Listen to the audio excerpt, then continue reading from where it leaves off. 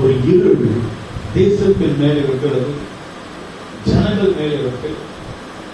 இருள் ஜனங்களை ஆளுகை செய்யும். மந்திர சக்திகள், தந்திர சக்திகள், செய்யுத சக்திகள், சூன்ய சக்திகள், அது இல்லாம பல நிறைய பேருக்கு வேலை இல்லை, வருமானம் இல்லை, ஜெபம் இல்லை, நிறைய பேருக்கு நோய். இப்ப எல்லாருக்கும் வர நோய் 3 நோய் வருது: நெஞ்சு வலி, முட்டி வலி, சுகர். இந்த 3 வியாதி 10 வயசுல இருந்து ஆரம்பிக்கிறது. என்னது?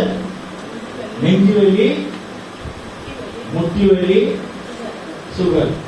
எல்லாருக்குமே வருகிறது. அது ஒரு இருள் தான் சொல்ல முடியும். இந்த காலத்துல 80 வயசு 90 வயசுல நடந்துக்கிறாங்க. நான் இருந்த ஒரு சபையில 92 வயசு ஒரு கடவுள், ஒரு தாத்தா ஆராதனைக்கு வருவார்.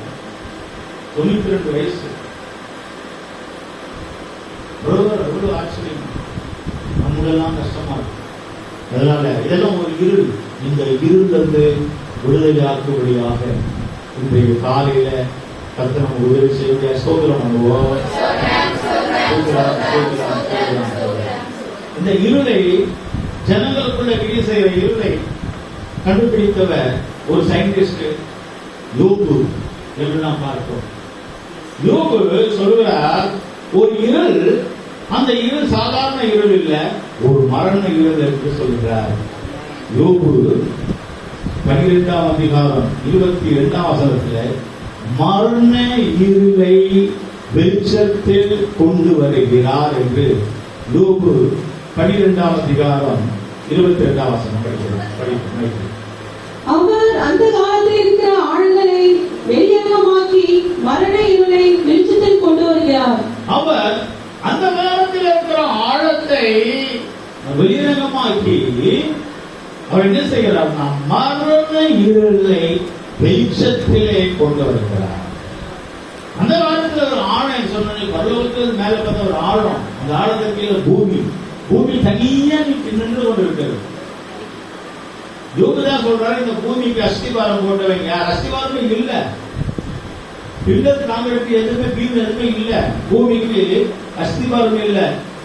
நீங்க சந்திரனை பார்க்கும்போது தனியா இருக்கிறது போல, சூரியன் தனியா இருக்கிறது போல, பூமியும் தனியா தான் நின்று கொண்டிருக்கு. அதுக்கு அஸ்திவாரம் தான் இல்ல. ஆழத்தில் இருக்கிற இந்த பூமியில அவர் சொல்லுகிறார், அவர் என்ன சொல்ல, மரண இருளை வெளிச்சத்திலே கொண்டு வருவது. அப்ப இந்த பூமியில நிறைய மனிதர்கள் மரண இருளிலிருந்து வெளிச்சத்திலே கொண்டு வருகிறார். அப்ப மரணம் போராடுகிறது, மரணம் ஜனங்களுக்கு போராடுகிறது. அந்த காலத்துல 10 வயசு வரைக்கும் இருந்தாங்க, 930 வயசு கூட இருந்தாங்க. அப்படியே குறைகிறது. 365 வயசு அப்படியே வருகிறது, 120 வயசு. அப்படியே தாவீது காலத்துல இறங்கி வரும்போது 70 வருடத்தில் இருந்து போனா 80. இப்பெல்லாம் பாத்தீங்கன்னா 35 வயசுலயே இடுப்பெல்லாம் வலிக்குது, நடுப்புஞ்சு வலிக்குது, முட்டி வலிக்குது, கஷ்டமா. 40 வயசுல வண்டி ஓட மாட்டேன். ஏலியா அந்த ஊர்ல பாத்தீங்கன்னா வெளியே போர்டு வைக்கிறாங்க, மரணம் மரணம் மரணம், மறித்துட்டாங்க, அந்த அம்மா மறித்துட்டாங்க, இந்த ஐயா மரணம் மரணம். அப்போ இந்த மரண இருளை, ஜனங்களுக்குள்ள கிரியை செய்து கொண்டிருக்கிற மரண இருளை வெளிச்சத்திலே தேவன் கொண்டு வருகிறார். ஹல்லேலூயா. அப்ப மரண இருள் ஒன்று இருக்கு, அது அந்தகாரம், அது சாத்தான். ஆனா அந்த வெளிச்சம் ஒன்று வருகிறது இருள, அந்த வெளிச்சம் தான் கர்த்தராகிய இயேசு கிறிஸ்து. ஹல்லேலூயா. எத்தனையோ பேர் மரணத்துக்கு போராடி கொண்டிருக்கிறார்கள், எத்தனையோ பேர் மரணத்துக்கு போராடி கொண்டிருக்கிறார். நம்ம சகோதரி விஜயசிஸ்டர் சகோதரி மரணத்துல போராடி காவேரி ஹாஸ்பிட்டல் இருந்தாங்க. உங்களுக்கு எல்லாருக்கும் தெரியும், மரணத்துல இன்னைக்கு அழகா சாட்சி கொடுக்குறாங்க, நல்லா பாட்டு பாடுறாங்க, நல்லா மைக்கு பிடிச்சு ஜெபிக்கிறாங்க. எனக்கே அவங்க ஜெபம் பண்ணாங்க மைக்கு பிடிச்சு. அப்ப இந்த மரணத்திலிருந்து கர்த்தர் விலகி கொண்டு வந்தார். யாரோ என்னன்னு சொன்னாங்க, மூஞ்சி கழுத்தெல்லாம் கருப்பாயிடுச்சு. ஆனாலும் கர்த்தர் அதெல்லாம் இருந்து போட்டு இந்த மரணத்திலிருந்து வெளிச்சத்திலே கொண்டு வருகிறார். அல்லேலூயா. கர்த்தருக்கு ஸ்தோத்திரம். அதுதான் இந்த வெளிச்சம் யாருக்கு சொல்லும் போது இந்த மத்திய சுவிசேஷத்துல புதிய ஏற்பாடுல பார்க்கிறோம். மத்திய சுவிசேஷம் 4ஆம் அதிகாரம் 15ஆம் வசனத்தில் படிக்கும்போது இருளில் இருக்கிற ஜனங்கள் பெரிய வெளிச்சத்தை கண்டார்கள்.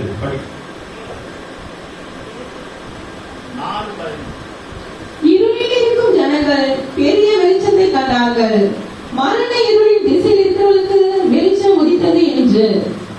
அல்லேலூயா.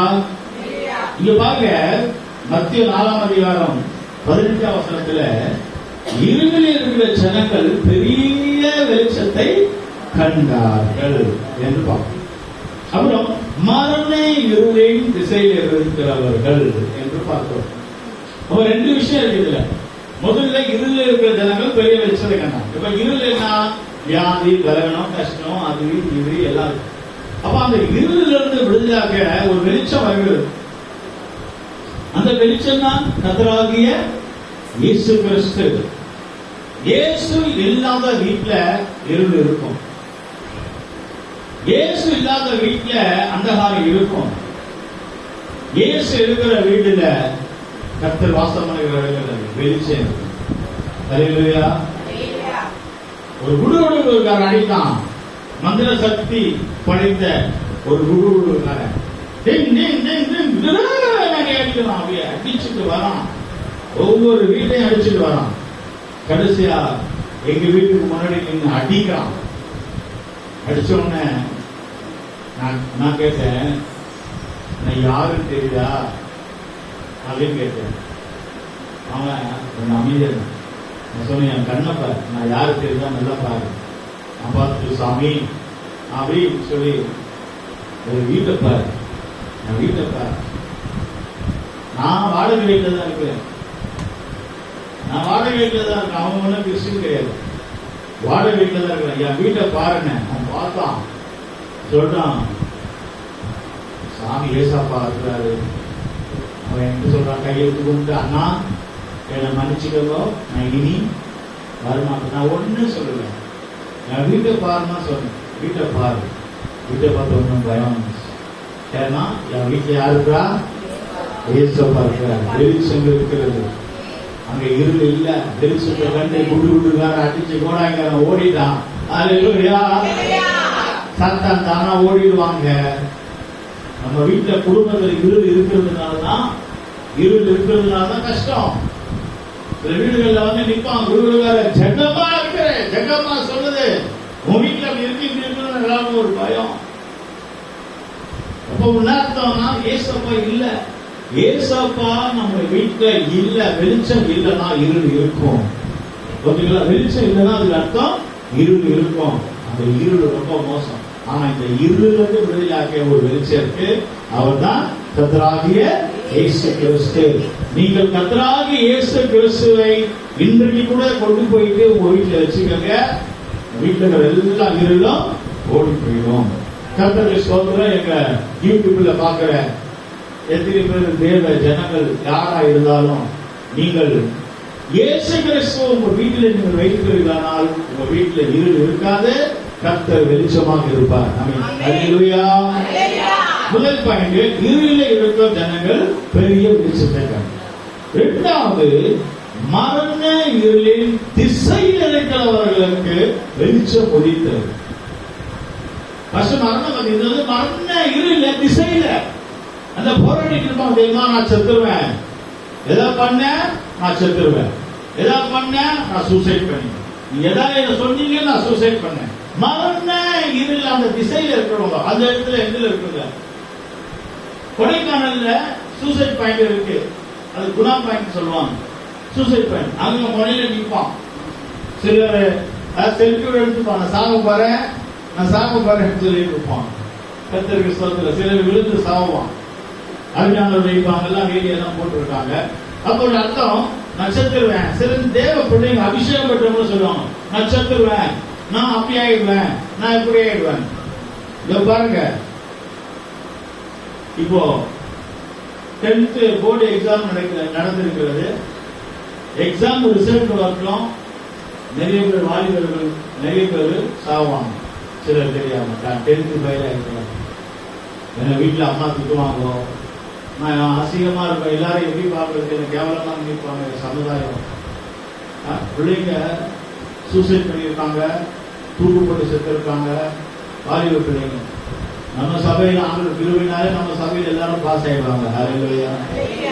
அருமையானவர்களே, அப்படி செய்யக்கூடாது. ஃபெயில் ஆகிட்டா நான் அடுத்த முறை பாஸ் பண்ணுவோம், அடுத்த முறை எழுதுவோம், என்ன தலையா போகுது. வருஷம் எக்ஸாம் முடிஞ்சு, போர்டு எக்ஸாம் முடிஞ்சு 1-2 மரணம் நடக்கும்.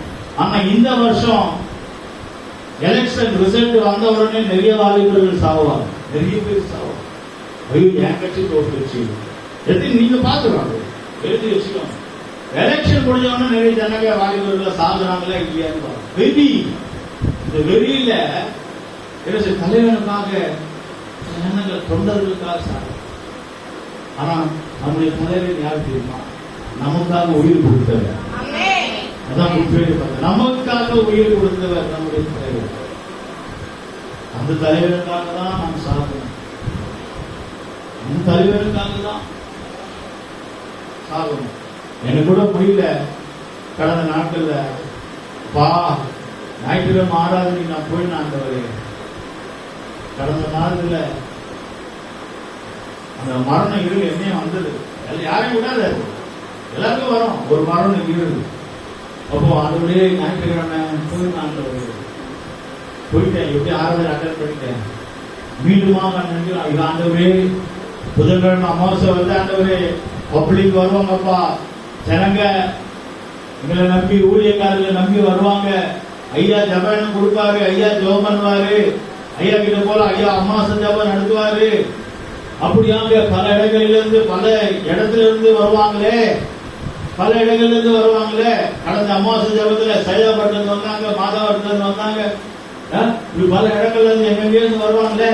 அப்ப அமாவாசை ஜபத்துக்கு வருவாங்களே. எனக்கு நான் முடியலன்னா இந்த அமாவாசை ஜபத்தை எப்படி லீட் பண்ண முடியும்? யார் வந்தாலும் டக்குன்னு அதை லீட் பண்ண முடியாது, நடத்த முடியாது, எல்லாம் அரேஞ்ச்மெண்ட் பண்ணணுமே என்று ஒரு பயம். ஆண்டவர் எப்படியாவது அமாவாசை ஜபத்துக்கு நான் போயிட்டு கர்த்தரை கொண்டு வந்தார், அதை நடத்த உதவி செய்தார். ஹல்லேலூயா.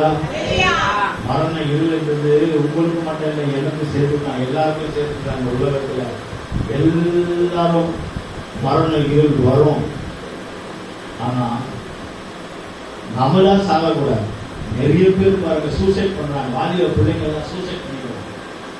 சூசைட் பண்ணக்கூடாது. சூசைட் பண்ற ஒவ்வொருவருக்கும் நான் சொல்லுகிறேன், சூசைட் பண்றவங்க நரகத்தை கண்டிப்பா போவாங்க. அவங்களுக்கு பரலோகன்றதே கிடையாது. யாரா இருக்கு இந்த உலகத்துல, யாரா இருக்கட்டும், வேதாகம் சொல்லுகிறது சூசைட் பண்றவங்க அவங்க யாரா இருந்தாலும் கன்ஃபார்மா நரகம். அதனால நம்ம கவனமா இருக்கணும், தேசத்தை ஆண்டவர் பாதுகாக்கணும். எலெக்ஷன்ல யார் வேணாலும் ஜெயிக்கிட்டோமே, ஜெயிக்கிட்டோம். எதிர்கட்சிகள் அவங்க நினைக்கணும், இந்த முறை நீ ஜெயிச்சுட்டு அடுத்த முறை நான் வரேன் பாக்கலாம், அவ்வளவுதான், போட்டி போடு, தப்பு இல்ல. தொண்டர்கள் சாகக்கூடாது, இதுல தொண்டர்கள் சாகக்கூடாது. அது மாதிரி தேவ பிள்ளைகள், தேவ ஜனங்கள் சூசைட் பண்ணக்கூடாது. அதுக்குதான் இந்த வசனம் சொல்லியிருக்காரு ஆண்டவர். என்ன சொல்லியிருக்காரு? அந்த 2ஆம் பாயிண்ட், மரண இருளின் திசையில இருக்கிறவங்க, அந்த திசையில ஏரியாவில் இருக்காங்க, கழுத்து அறுத்துப்பேன். நிறைய பேர் சொல்றாங்களா, எவ்வளவு வருது போன்ல, கழுத்து அறுத்துப்பேன், என் குடும்பத்தையே நானே சாவடிச்சிருவேன், நானும் செத்துருவேன், நான் தற்கொலை செய்திருப்பேன், நான் மண்ணெண்ணை ஊட்டி கொளுத்தி செத்துருவேன், இப்படி எல்லாம் சொல்றாங்கல்ல. இதுக்குதான் இந்த வசனம் ஆண்டவர் சொல்லுகிறார், மரண இருளின் திசையில இன்னும் சாவல போராடிட்டு இருக்கிறவர்கள் கவனமாக இருக்க வேண்டும். மரண இருளிலே போராடி கொண்டிருக்கிறவர்கள் கவனமாக இருக்க வேண்டும். கர்த்தருக்கு ஸ்தோத்திரம். அவர்களுடைய ஆண்டவர் விடுதலை ஒரு வெளிச்சம் வருது. இயேசு இல்லாமல் விடுதலை இல்லை. நான் பார்க்கும்போது அந்த ஒளி இயேசுவாக இருக்கிறார் எப்படி சொல்ல முடியும்? யோவான் சொல்லுகிறார் 1ஆம் அதிகாரம் 5ஆம் வசனத்துல, அந்த ஒளி இருளிலே பிரகாசிக்கிறது, இருளானது அதை பற்றிக் கொள்ளவில்லை. படிக்க 1 யோவான் 5ஆம் வசனம், புதிய ஏற்பாடு. அந்த ஒளி இருளிலே பிரகாசிக்கிறது. அந்த ஒளி இருளிலே, பாருங்க, இருள் இருந்து இப்போ இருள பிரகாசிக்கிறது, இருளானது அதை பற்றி கொள்ளவில்லை. இருளானது அதை பற்றி கொள்ளவில்லை. இருளுக்கு வரல, அதற்கே இருள் இருந்துச்சு. கண்ணு முன்னால பயம், நைட்ல தூக்கம் வரல, தூக்கம் வரல, தூக்கம் வரலையே, இருள் பயம். ஆனால் அந்த இருளை வெளியாக்கும்படியாக அந்த இருளின் மத்தியில ஒரு ஒளி வருகிறது. இப்போ ஒளி வந்த உடனே இருள் எங்க போச்சு? ஓடிச்சு. இயேசு கிறிஸ்து உன் வாழ்க்கையில வருவாரானால் உன் வாழ்க்கையில இருக்கிற இருள், அந்த பாவம், அந்த வியாதி, அந்த பிசாசு உன்னை விட்டு ஓடிடுவான். நான் பாவி பாவின்னு சொல்லுவாங்க. ஐயோ நான் பாவி, ஐயோ நான் பாவி. எப்பதான் பாவத்திலிருந்து விடுதலையாக்கப்படுவார்? ஐயோ நான் பாவி. அப்ப நீ அர்த்தம்னா நீ இருளில் தான் இருக்கிற.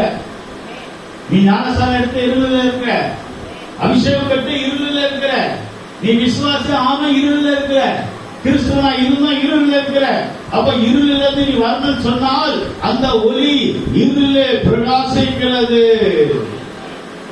சபைக்கு வந்தவொன்னு முகத்தை பாருங்க, ஞானஸ்தானம் எடுத்தவொன்னு முகத்தை பாருங்க, அபிஷேகம் பெற்றவனுடைய முகத்தை பாருங்க, மாறிடும். ஏன்னா அந்த இருளு அவங்க ஆளுகை செய்யல, அந்த ஒளி தான் மாத்தினது.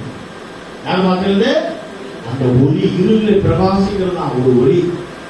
நம்ம எவ்வளவு அந்த காலத்தில் இருந்தாலும் இயேசு கிறிஸ்துவின் ஒளி நம்மளை பிரகாசிக்க பண்ணுகிறது. ஹல்லேலூயா, கர்த்தருக்கு ஸ்தோத்திரம். நம்ம இங்க படிக்கும் போது அதே யோகுக்குள்ள வருவோம்.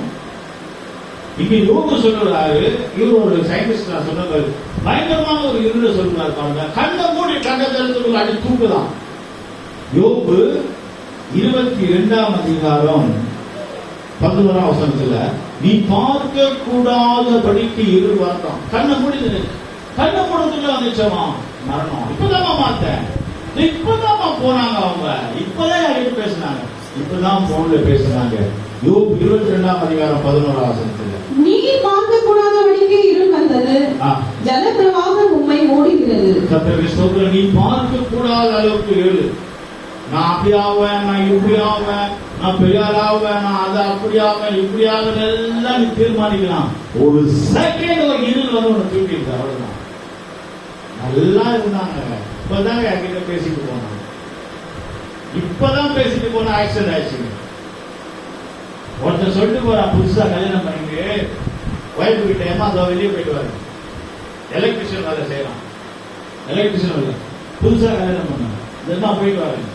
ஒய்ஃப் சொன்னாங்க கரோனா குழம்பு வச்சிருக்காங்க, சாப்பிட்டு போங்க, நீ ரெடி பண்ணி வைமா, தோ வந்துடுறா. போனானே பஸ் அடிச்சிச்சு, செஞ்சுட்டான்.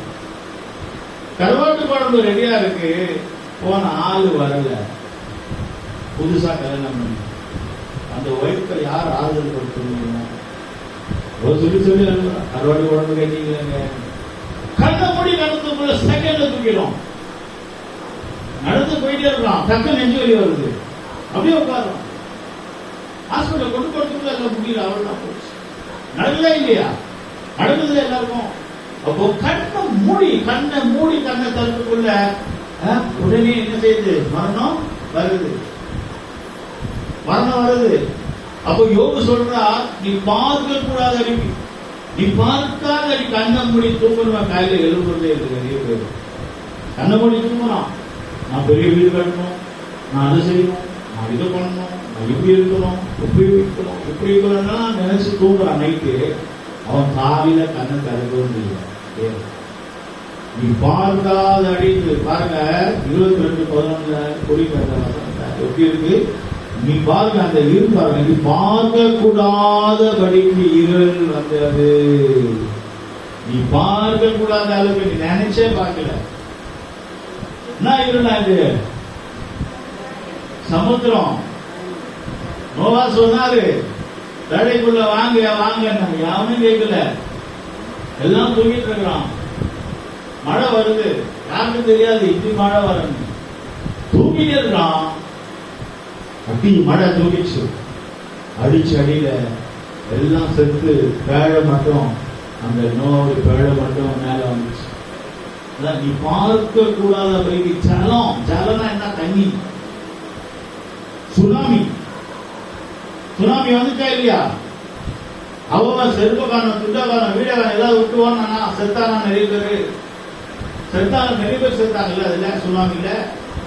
கண்ணா மூடி சரிவுல தூக்கிச்சு அந்த சுனாமி. அப்படி அடுத்த நீ பார்க்க கூடாதபடி ஒரு இருள் வருது. அந்த இருள் என்னது? அதான் சுனாமி, ஜலம், மரணம், மரணத்தின் வல்லவன். அப்படி நம்ம நினைப்போம், கடைசியில பார்த்தா எதுவும் நடக்காது. சாகும்போது சொல்லி அழுவாங்கல்ல, நீ அப்படி சொல்றீங்க, நீ இப்படி சொல்றீங்க, நீ அப்படி சொல்றீங்க சொல்றாங்க இல்லையா? ரொம்ப கவனமா இருக்கணும். இன்றைக்கு சபைக்கு வந்துட்டோம், அவ்வளவுதான். சபைக்கு வந்துட்டா கர்த்தர் நம்மள பாதுகாக்கிறார். நோவா சொன்னா வாங்க, பேடை திறந்துருக்கு, சபையுடைய கதவு திறந்துருக்கு, வாங்கன்னு கூப்பிட்டான். வந்தவங்க தப்பிச்சாங்க, வராதவங்க களத்துல மறிச்சு போனாங்க. காப்பாற்ற முடியல யாரும். இன்றைக்கு கிருபையின் வாசல் திறக்கப்பட்டிருக்கிறது. ஊழியக்காரர்கள் சொல்றாங்க, சபைக்கு வாங்க, சபைக்கு வாங்க, சபைக்கு வாங்க, சபைக்கு வாங்க. உங்களை திட்டல, உங்களுக்கு சாபம் போடல, உங்களை சபிக்கல. சபைக்கு வாங்க வாங்க வாங்க நோவா போல ஊழியக்காரர்கள் சொல்றாங்க. அதை கேட்டு வந்துட்டோம்னா தப்பிச்சு. இல்லைன்னா நமக்கு என்ன சபைக்குன்னு தெரியாது. இன்னைக்கு நம்ம இங்க இருக்கணும், நாளைக்கு என்ன நடக்கும், என்னவோ நடக்கலாம். ஆனா நம்ம கர்த்தருடைய கருத்துல இருந்தா நோவா குடும்பம் பாதுகாக்கப்பட்டுச்சு. நம்ம குடும்பம் நல்லா இருக்கணும்னா அந்த பேழைக்குள்ள இருக்கிற மாதிரி, நோவாவுடைய வார்த்தை கேட்ட மாதிரி ஊழியக்காரங்க வார்த்தை கேட்டு சபைக்குள்ள இருந்தா பாதுகாப்பு. எலெக்ஷன் நேரத்துல எல்லா இடத்துல போலீஸ் இருக்கும், செக்கிங். கையில பைபிள் எடுத்துட்டு போங்க, எந்த போலீஸும் உங்களை பிடிக்காது. தேவனுடைய பிள்ளையா போ, இல்லைன்னா உங்களை செக் பண்ணுவான். நீ குடிச்சிருக்கியா, வண்டி செக் பண்ணுவான், பாக்கெட்டை செக் பண்ணுவான், ஏதாவது வச்சிருக்கியா, பணம் இருக்கா, அது இருக்கா, இது இருக்கா, எல்லாம் செக்கிங். எந்த நேரத்திலையும் வந்து நமக்கு அப்படி ஆகும். ஆனால் யாரும் நம்மளை தொடாத அளவுக்கு இருக்குன்னா பரிசுத்த வேதாகம் கையில் இருந்தால் போகும். அவன் பார்த்து நம்பி இந்த வேதாகத்தை தான் முக்கியம் கொடுக்குறாங்க எல்லாரும். ஹல்லேலூயா. பார்க்க கூடாத அளவுக்கு வருகிறது மரணம். நம்ம ரொம்ப கவனமாக இருக்கணும். நம்ம அருமையானவர்களே ரொம்ப கவனமாக இருக்கணும். ஓகேங்களா? அதனால பிள்ளைகளை நான் சபை கொண்டு வந்துருங்க. என் பிள்ளை டாக்டர் ஆகணும், என் பிள்ளைய வக்கீல் ஆகணும், என் பிள்ளைய இன்ஜினியர் ஆகணும் நீங்க நினைச்சுக்கிட்டீங்கன்னா உன் பிள்ளை அட்டகா பிள்ளாரியா மாறி உன் குடும்பத்தையே தலைவலியாய் மாறி அதை பார்க்க கூடாது. ஆனா உன் பிள்ளை சபை வரலன்னா பரம்பரை அடி தப்பு இல்லை, பரம்பரை அடி தப்பு இல்லை, அடிச்சு கொண்டு வா. சபைக்கு வரல, உடம்பு முடியல, சபைக்கு வரல. சில பெரிய பிள்ளைங்களா இருக்காங்க, 20 வயசுக்கு மேல, அவங்க அடிக்க முடியாது. சின்ன சின்ன பிள்ளைங்களை சபைக்கு வந்து பிறந்தே அடின்னு பைபிள் இருக்கு, இருக்கா? பிறந்தே அடி, அடிச்சு கொண்டு வா. இன்னைக்கு அவனுக்கு அடிச்சா நாளைக்கு அவனுக்கு மரணம் வராது, அவன் சீக்கிரத்துல சாக மாட்டான். இல்லனா நம்ம அடிக்கிறனா நமக்கு எப்ப கோபம் வருது அப்பதான் அடிப்பாங்க. இந்த தாய்மாருங்க என்ன பண்ணுவாங்க, எப்ப அடிப்பாங்கன்னா அவங்களுக்கு எப்ப கோபம் வருதோ அவன் சொல்லுவான், இரு அப்பா கிட்ட போட்டு கொடுக்குறவங்க. அம்மா மறக்கும், அப்பா கிட்ட சொல்றேன் இருன்னு. அந்த கோபத்தை வச்சுட்டு அப்பா வரத்துக்குள்ள வெள்ளாசி விட்டுவாங்க, வெள்ளாசிடுவாங்க. அவன் அடி வாங்கிட்டு ஏன்னா அப்பா கிட்ட போட்டு விடுன்னு சொன்னால. அந்த மாதிரி அருமையானவர்கள் நம்ம கோபம் வரும்போது டிஸ்டர்ப் பண்ணும்போது அடிக்கூடாது. தப்பு செய்யும் போது அந்த ஸ்பாட்ல தப்பு செய்யும் போது அடிக்கணும். நானும் தப்பு செய்த சின்ன வயசுல ஒரு 10 வயசு இருக்குன்னு நினைக்கிறேன். வீட்டுல இருக்கிற ஒரு 10 பைசாவை நான் எடுத்துட்டேன், தெரியாம திருடிட்டேன். எங்க அம்மாவுக்கு தெரியாது, 10 பைசா திருடிட்டேன். அப்போ எங்க அம்மா என்ன சொன்னாங்க, ஏடா எடுத்தேன்னு கேட்டு சும்மா ஒரு பேப்பர்ல கொளுத்தி என்ன பயம் காட்டினாங்க. நான் 10 வயசுல ஒரு பேப்பரை கொளுத்தி பயம், நீங்க அதுக்கு கொளுத்தி விட்டுறாதீங்க போனீங்க. என்ன ஒரு பயம் காட்டினாங்க. அந்த பயத்துல நடங்கி ஐயோ நம்ம திருடக்கூடாது, வீட்டுல இருக்கிற திருடனா வீட்டுல இருக்கிற காசு தான், அம்மா காசை எடுக்க கூடாது. அன்றைக்கு பயந்த 10 வயசுல என்ன பயம் காட்டின எங்க அம்மா, இது வரைக்கும் எங்க அம்மா கிட்ட காசை நான் கேட்டு வாங்குறதும் இல்லை, எடுக்கிறதும் இல்லை. எடுக்கலாம் கேட்கலாம், தப்பு இல்லை அம்மா காசு. ஆனாலும் எனக்கு ஒரு பயம். இது வரைக்கும் பரவாயில்ல வச்சுக்கலாம், தசமபாகம் கொடுக்குறியா கொடு, காணிக்க கொடுக்குறியா கொடு, எனக்கு காசு. எனக்கு பயம், அந்த திருடக்கூடாது, எடுக்கக்கூடாது, எனக்கு அடிக்க சபைக்கு வரலையா குழந்தைங்க கண்டிக்க. அதுக்கு நான் அடிக்கன்னு சொன்னா ஐயா சொல்லிட்டா சொல்லிட்டு சூடகட்டை வச்சிடாதீங்க, ஏதாவது பண்ணிடாதீங்க. நான் ஒரு பயத்தை காட்ட சொல்றேன். இல்லனா கண்ணை மூடி கண்ணை திறந்துவிட இங்க என்ன வந்து நோவா கழுவி பார்க்க கூடாது அடிமை எல்லாம் சாப்பிட்டான், எல்லாம் சாப்பிட்டான். பெரிய பெரிய ஆளா சொல்லுவாங்க என்ன யாரும் ஒண்ணும் பண்ண முடியாது அப்படின்னு. எவ்வளவு பெரிய ஆளா இருந்தாலும் காலி தான், காலி ஆயிருக்கிறாங்க. எவ்வளவு பெரிய ஆளா இருந்தாலும் எவ்வளவு பேர் காலியா இருக்கிறாங்க. யாரும் ஒண்ணும் பண்ண முடியாது. ஒரு செகண்ட்ல வந்து உன்னை தூக்கிடும். ஒரு செகண்ட்ல தூக்கிடும். இப்பதான் போனான், அதுக்குள்ள அடிபட்டான். இப்பதான் வந்தாமா, இப்பதான் போன் பேசினாமா. ஐயோ பாவம், ஐயோ சொல்றாங்க இல்லையா. உண்மையானவர்களே நாம் கவனமாக இருப்போமாக. அதனால்தான் இருளில் நடமாட கொள்ளை நோய்களில் கவனமா இருக்கணும். நம்ம கண்ட இடத்துல எல்லா இடத்துலயும் நம்ம தேவையில்லாம நம்ம சுத்தக்கூடாது. 91ஆம் சங்கீதம் 6ஆம் வசனத்துல பார்க்கிறோம், இருளில் நடமாட கொள்ளை நோய்கள். இருளில் நைட்ல அங்கே சுத்தக்கூடாது. கொள்ளை நோய் நம்மளை தேடிட்டு இருக்க தூக்கி கொடுத்துருக்கு. 91:6 படிக்க. இருளில் நடமாடும் கொள்ளை நோய்க்கும் மதியானத்தில் பாழாக்கும் சங்காரத்துக்கும் பயப்படாதிருப்பாய். பாத்தீங்களா, மதியானத்துல வெட்டு குத்து கொலை சங்காரம் மதியானத்துல. ஆனால் இருளிலே கொள்ளை நோய், இருளிலே நடமாட கொலை, அந்த கொள்ளை நோயை நடமாடலாம். என்ன கொள்ளை நோய்? இருளிலே நடமாடுது கொள்ளை நோய் நடக்கலாம். கொள்ளை நோய் கொரோனா தேடி தேடி வந்துச்சு. ஆனா இந்த கொள்ளை நோய், கொரோனா கொள்ளை நோய் தேடி வந்துச்சு. இந்த கொள்ளை நோய் நடக்கலாம் தெரு தெருவா, சந்து சந்தா, சந்து சந்தா நடக்கலாம், தெரு தெருவா நடக்குது. என்ன கொள்ளை நோய்? எய்ட்ஸ். எய்ட்ஸ் இருளில் நடமாட கொள்ளை நோய்.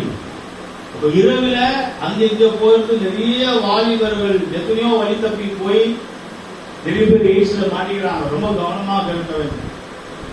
நிறைய பேர் பாத்தீங்களா, இந்த லாரி டிரைவர், இந்த டிரைவர் இருக்கு, நம்ம ஜனங்கள் யாராவது தான் தப்பா நினைக்க வேண்டாம். பொதுவாக நான் ஜெபிச்சிருக்கிறேன், ஒரு லாரி டிரைவருக்கு எய்ட்ஸ் வந்து ஐயா ஜோம் பண்ணுங்க. நான் நல்லா தலையில கை வச்சு நல்லா ஜோம் பண்ணிட்டு இருக்கேன். கட்டி குடிச்சு அவரு வந்து கொடுத்து அதுக்கப்புறம் நல்லா தலையில கை வச்சு ஜோம் பண்ணி குடிச்சோன்னா அவன் ஒய்ஃப் சொல்லுது, நல்லா ஜோம் பண்ணிக்கலாம், நல்லா ஜோம் பண்ணா. அவர் எய்ட்ஸ் தான்.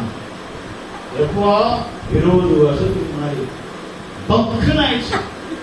இப்பயாவது எய்ட்ஸ்னா கூட பரவாயில்ல, காப்பாது. 20 வருஷத்துக்கு முன்னாடி மாத்திரை இல்ல, மருந்து இல்ல, ஒண்ணு இல்ல.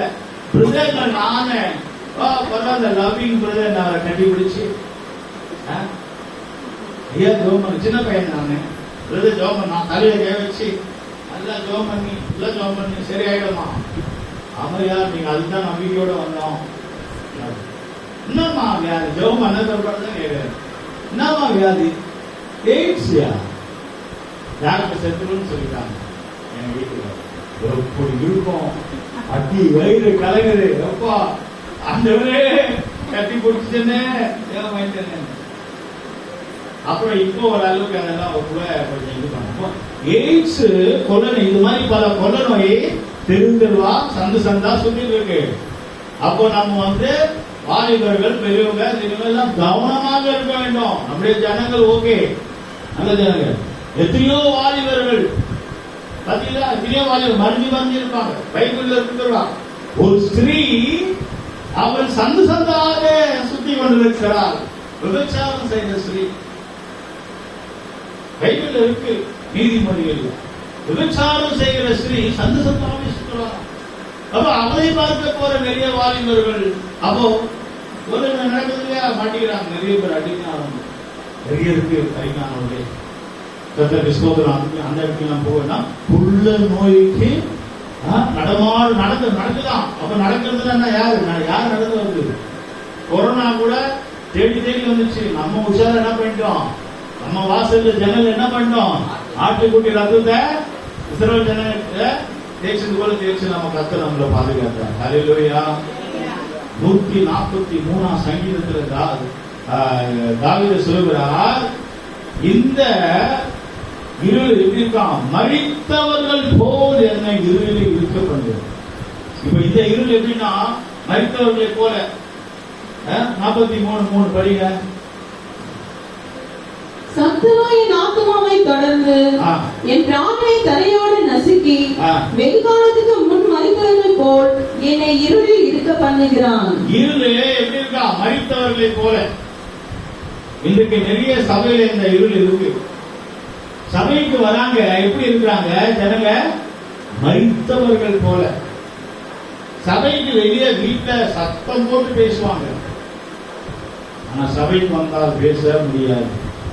சபையில வந்தா சோதனம் பண்ண மாட்டாங்க, அபிஷேகத்துல நிரம்ப மாட்டாங்க, கை தட்ட மாட்டாங்க, முழங்கால் போட மாட்டாங்க, ஆவியில நிரம்ப மாட்டாங்க, வசனத்தை கேட்க மாட்டாங்க, மொபைல பார்த்துட்டு இருப்பாங்க.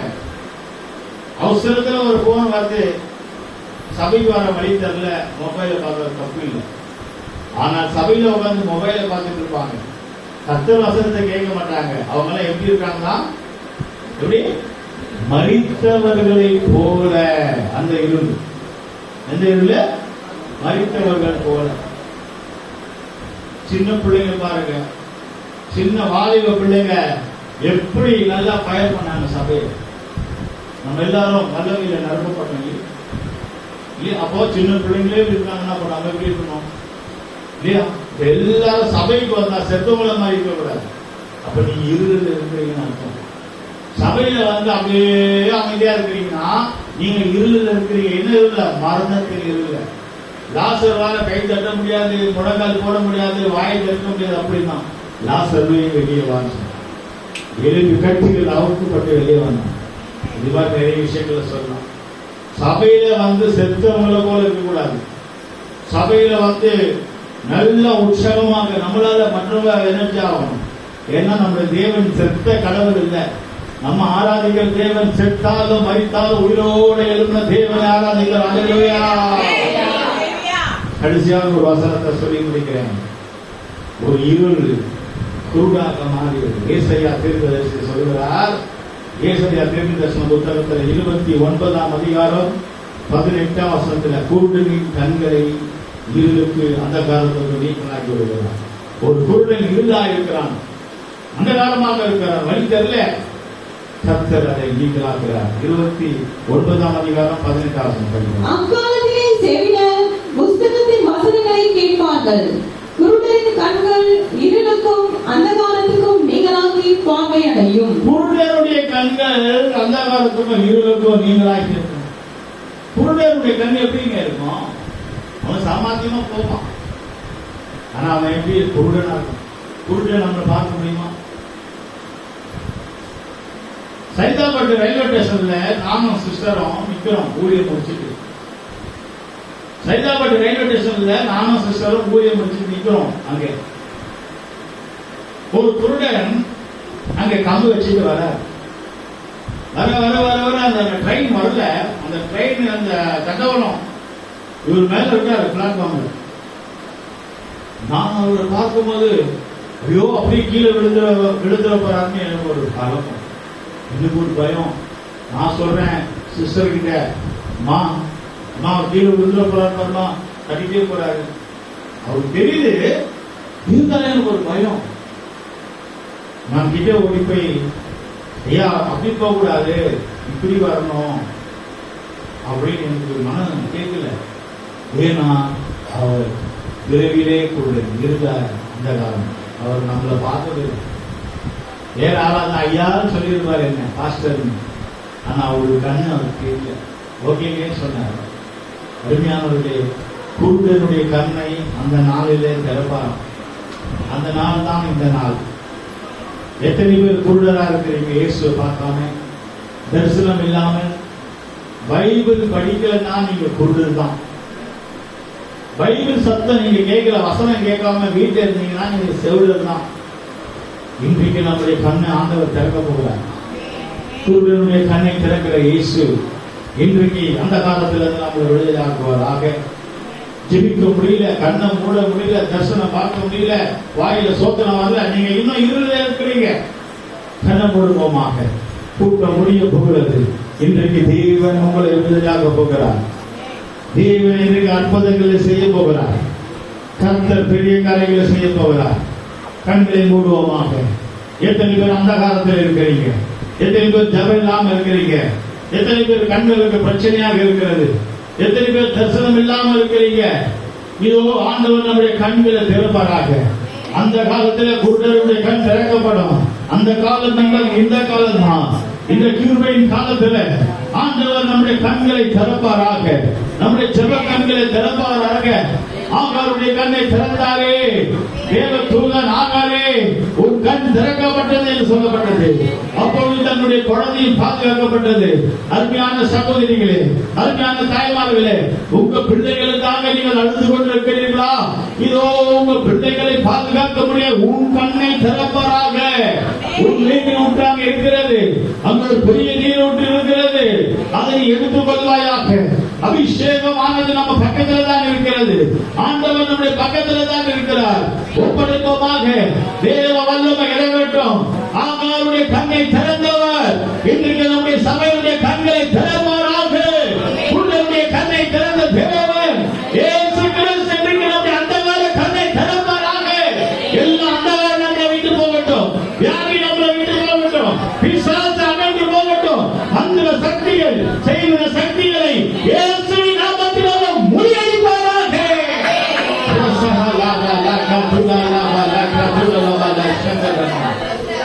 உந்தன் வல்லமைகள் குறைந்து போவதில்லை. உந்தன்